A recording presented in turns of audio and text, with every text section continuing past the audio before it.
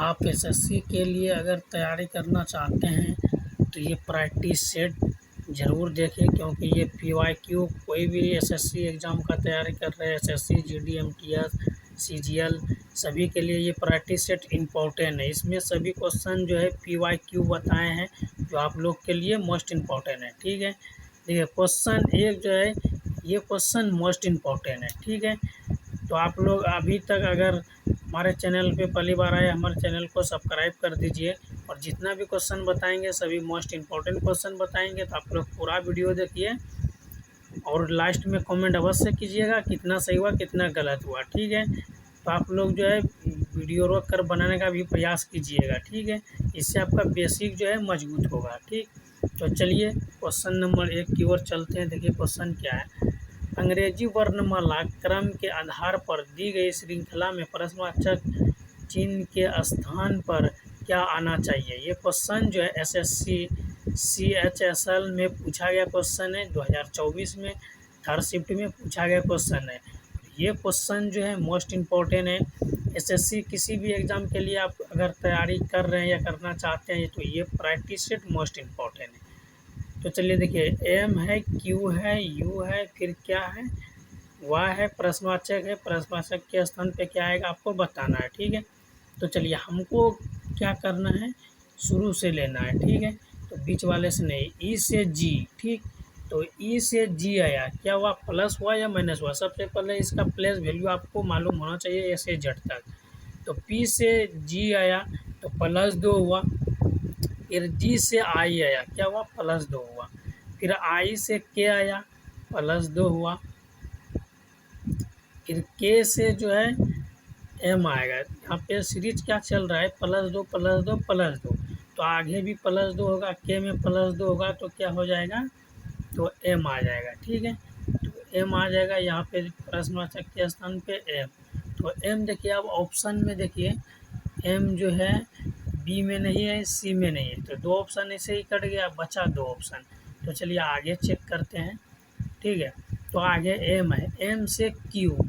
ठीक, तो एम से क्यू अगर आया कितना प्लस हुआ, 4 प्लस हुआ, और क्यू से यू, क्यू से यू आया, फिर यहाँ पे 4 प्लस हुआ, और यू से वाई आया तो 4 प्लस हुआ। ठीक है, तो यहाँ पे सीरीज क्या चल रहा है, +4 +4 +4, तो आगे भी +4 होगा, तो वाई में +4 होगा तो क्या आ जाएगा, सी आ जाएगा। ठीक है, तो एम सी देखिए किस ऑप्शन में है, एम सी, तो ए तो कट गया, option D is the right answer. Check करने का आगे ज़रूरत नहीं है। तो ऐसे ही आप लोग एग्ज़ाम में शॉर्ट ट्रिक यूज कीजिएगा, इससे आपका टाइम भी बचेगा और अच्छे तरीके समझ में भी आ जाएगा। चलिए देखिए क्वेश्चन नंबर 2 देखिए, दिए गए श्रृंखला को पूरा करने के लिए प्रश्नवाचक चिन्ह के स्थान पर कौन सा अक्षर समूह आएगा। ये क्वेश्चन भी मोस्ट इम्पॉर्टेंट है। ठीक है, एसएससी सीएचएल में पूछा गया क्वेश्चन है 2024 में।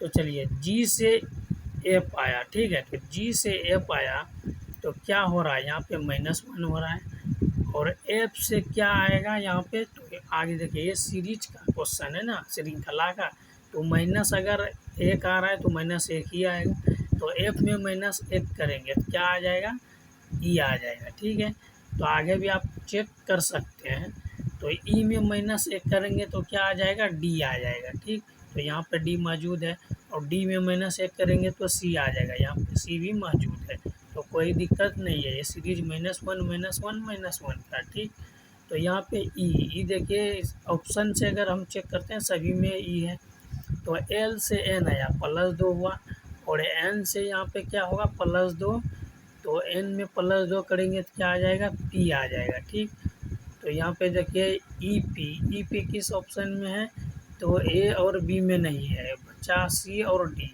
तो आगे भी चेक करते हैं। ठीक है, तो आर में +2 करेंगे तो टी आएगा। ठीक है, तो चलिए ये दोनों ऑप्शन तो हम चेक कर लिए। अब चलिए वाई से भी।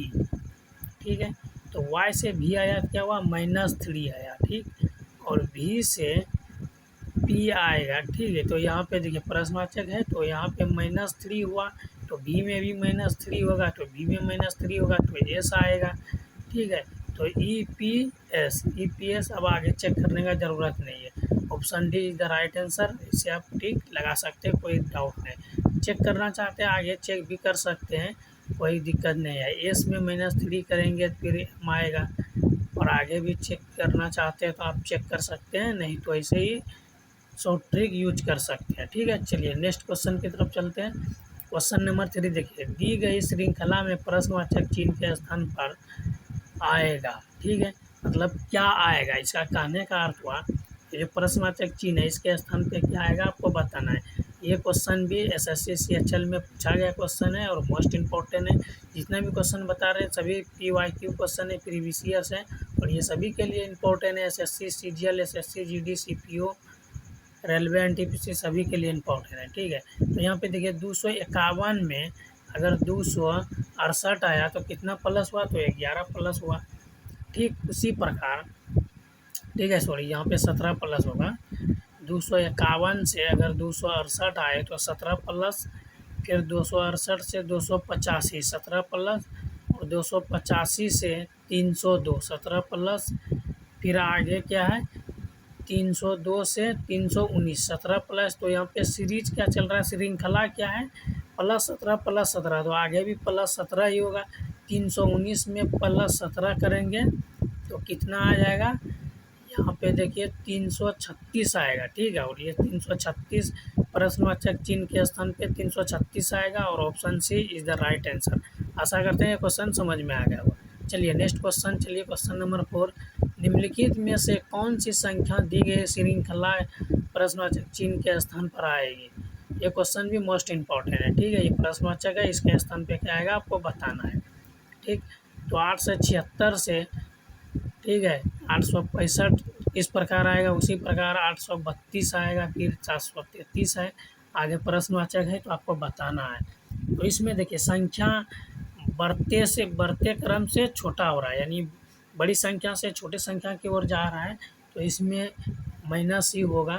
ठीक है, चलिए, तो 876 में अगर 876 से हमको 865 लाना है तो 11 को माइनस करना पड़ेगा, फिर 865 से 832 लाना है तो 33 को माइनस करना पड़ेगा, और 832 से 733 प्राप्त करना हो तो 99 को माइनस करना पड़ेगा। तो आगे क्या होगा आपको बताना है। ठीक है, तो आगे क्या होगा बताना है। तो इसमें लॉजिक देखिए, यहाँ पे जो है 11 से 3 आया, 3 गुना हो गया तो 11 तिया 33, उसी प्रकार यहाँ पे 33 तिया 99 होता है, 99 आया, फिर यहाँ पे आगे भी 3 से गुना हो जाएगा। तो लॉजिक यहाँ पे 3 से गुना हुआ, तो यहाँ पे 99 को 3 से हम गुना करेंगे तो कितना माइनस हो जाएगा, ठीक है, 297 माइनस हो जाएगा। तो 297 माइनस हो जाएगा। अब यहाँ पे 733 में 297 को हम माइनस करेंगे तो कितना आ जाएगा, 436 आ जाएगा। प्रश्नवाचक के स्थान पे 436 आ जाएगा, और 436 जो है किस ऑप्शन में है, तो option B is the right answer. आशा करते हैं मेरे प्यारे दोस्तों ये क्वेश्चन समझ में आ गया। चलिए नेक्स्ट क्वेश्चन की तरफ। क्वेश्चन नंबर 5 देखिए, विकल्पों में दी गई उस आकृति को पहचानिए जिसे प्रश्नवाचक के स्थान पर रखने पर श्रृंखला तार्किक रूप से पूर्ण हो जाएगी, तार्किक रूप से पूर्ण हो जाएगा। ठीक है, ये क्वेश्चन भी मोस्ट इम्पोर्टेंट। प्रश्नवाचक चिन्ह के स्थान पे 7 रखना है। ठीक, यहाँ पे ब्रैकेट के अंदर दिया है 7। तो चलिए यहाँ पे देखिए, ये भी मोस्ट क्वेश्चन इम्पोर्टेंट है। तो इसमें देखिए प्रश्नवाचक के स्थान पे क्या आएगा बताना है। पहले देखिए यहाँ पे 1 है, 1 है, फिर 2 है, तो यहाँ पे देखिए 1 से 4 आया, फिर 9 आया, फिर 16 आया, तो आगे क्या आएगा यही बताना है। ठीक, तो यहाँ पे देखिए, तो यहाँ पे 1 से 4 कैसे आया, तो 3 प्लस हुआ, और 3 यहाँ पे जो है 3 प्लस हुआ ना, यहाँ पे देखिए ये तो नहीं होगा, सी भी नहीं होगा, बचा क्या, बी और डी। ठीक, तो यहाँ पे 5 आएगा, नीचे देखिए 1 2 3 4 5, तो नीचे तो 5 आएगा, तो 5 नीचे आएगा, तो 5 जो है ए में नहीं है, बी में है और डी में है। तो चलिए आगे चेक करते हैं यहाँ पे। तो यहाँ पे देखिए ये 2 2 4 हो जाता है, फिर यहाँ पे देखिए तो ये जो है 4 है, फिर प्लस 6 है, फिर यहाँ पे आगे क्या होगा, तो प्लस यहाँ पे ये दोनों को मतलब ऊपर में 25 है और नीचे जो है ये दोनों को प्लस कर दिया है, ठीक है। तो ऑप्शन डी बिल्कुल सही जवाब है। ऐसा करते हैं क्वेश्चन समझ में आ गया होगा। चलिए क्वेश्चन नंबर 6 देखिए, दर्पण को नीचे दिए गए दर्पण को नीचे दर्शाए अनुसार एम एन पर रखे जाने पर दी गई आकृति के सही प्रतिबिंब का चयन करें, ठीक। तो यहाँ पे देखिए प्रतिबिंब, दर्पण मतलब आईना होता है।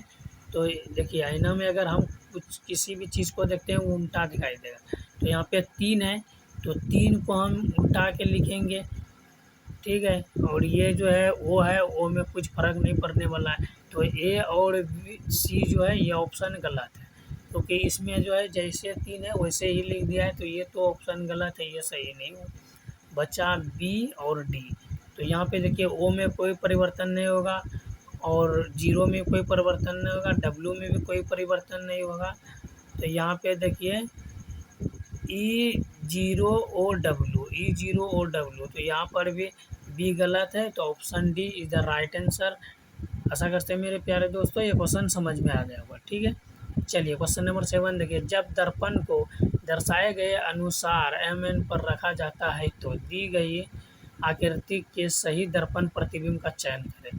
ये क्वेश्चन भी मोस्ट इम्पोर्टेंट, ठीक है। तो यहाँ पे देखिए अगर ए यहाँ पे इसको पलटाएंगे तो ये तो देखिए ये किस प्रकार है, तो ये तो जैसा ही है सभी में है ठीक है।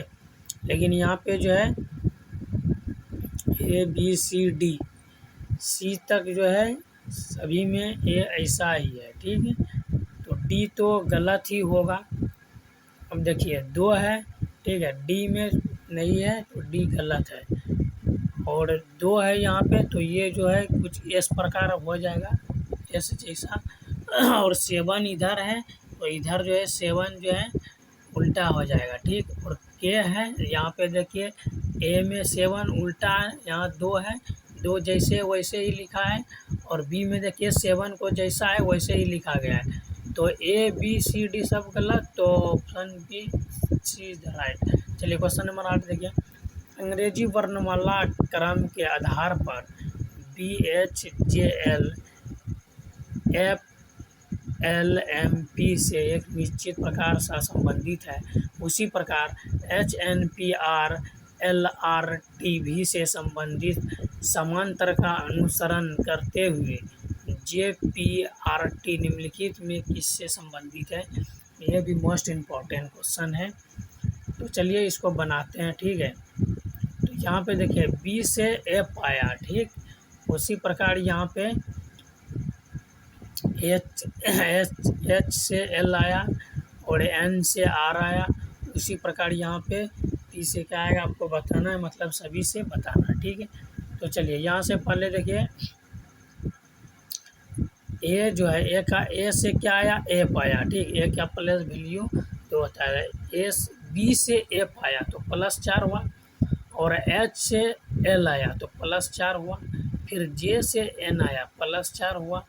फिर एल से पी आया तो क्या हो गया +4 हो गया, ठीक। एल से पी भी आया तो ये भी +4 हो जाएगा।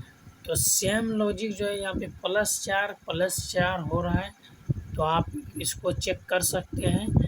एच से एल आया तो +4 हो रहा है, एन से आर आ रहा है तो +4 हो रहा है, पी से टी आ रहा है +4 हो रहा है, और आर से भी आ रहा है +4 हो रहा है, ठीक है।